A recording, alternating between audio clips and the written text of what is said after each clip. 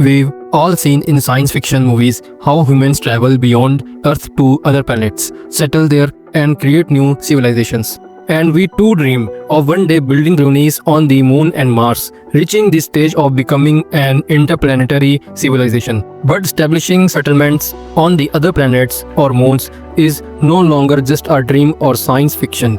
It is soon going to become reality. With NASA's Artemis program, this new era is about to begin, and when the foundation of this new age is laid, we will all be witnesses to it. Between 1968 and 1972, the United States carried out a total of 9 missions to land humans on the moon. Out of these, 6 missions were successful. During these missions, including Neil Armstrong, a total of 12 astronauts touched the lunar surface. The last human mission to the moon was Apollo 17 in 1972.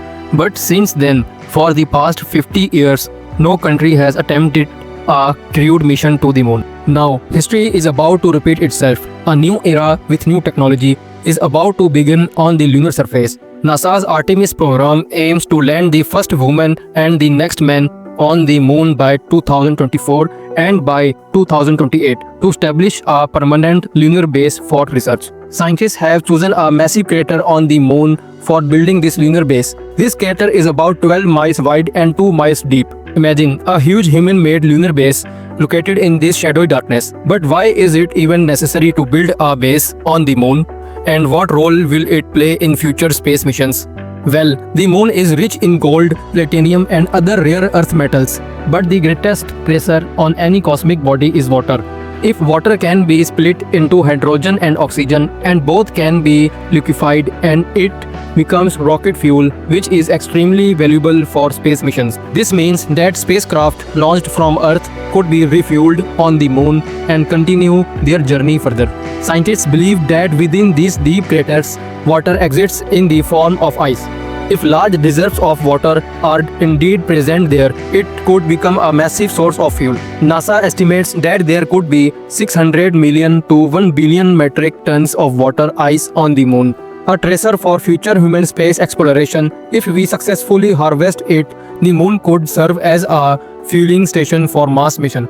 But building a base on the moon will not be easy. There will be many challenges. The Artemis program has 4 main components. First is Space Launch System rocket, the most powerful rocket ever built, designed to launch the spacecraft beyond Earth's orbit. Second is Orion spacecraft, which will carry astronauts to the moon. Third is Lunar Gateway, a small space station that will orbit around the moon. Fourth is Human Landing System, which will take astronauts down to the lunar surface. All these systems will operate together. In the first Artemis mission, astronauts won't land on the moon since crewed missions carry great risk. It's necessary to first ensure that the technology being used is completely reliable.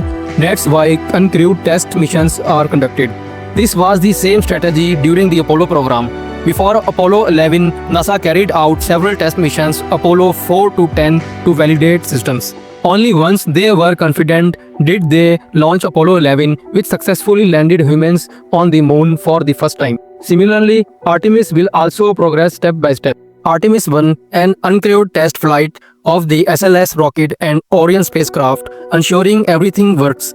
It will also launch 13 small satellites. Artemis 2, the first crewed mission where 4 astronauts will orbit the moon for several days, testing life support systems. Artemis 3, the milestone mission where for the first time in over 50 years, humans will set foot on the moon again, including the first woman. This is targeted for 2024. The SLS rocket has been under development since 2011. It is most powerful rocket ever built, capable of lifting extremely heavy payloads. Its job will be to carry the Orion spacecraft into Earth's orbit. Orion itself consists of 3 parts. First is crewed module, where astronauts live and work. And second is serving module, which provides life supports, oxygen and propulsion in deep space. And third is launch abort system, designed for astronaut safety in case of emergency during launch. Once Orion reaches Earth's orbit, the abort system is discarded and the spacecraft continues towards the moon at extremely high speed. But NASA is not only in this mission. Private companies like SpaceX will play a critical role. For example, SpaceX will pre-deploy the human landing system into lunar orbit.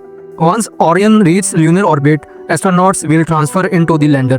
2 astronauts will descend to the moon, while the other 2 remains aboard Orion. After about a week of research on the lunar surface, they will return to Orion and then head back to Earth.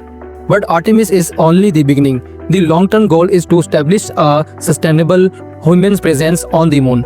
For this, NASA plans to build a small space station called the Gateway. Orbiting the moon, it will act like a miniature international space station, but smaller in size. By 2028, using the Gateway, a permanent lunar base is expected to be operational, which will also become a key stepping stone for future missions to Mars. Friends, we are extremely lucky to be witnesses to this new era of space exploration. So friends, that's all for today's video. By the way, from which city are you watching this video? Do let us know in the comments. If you enjoyed it, give it a like and don't forget to subscribe to the channel and press the bell icon for more such videos.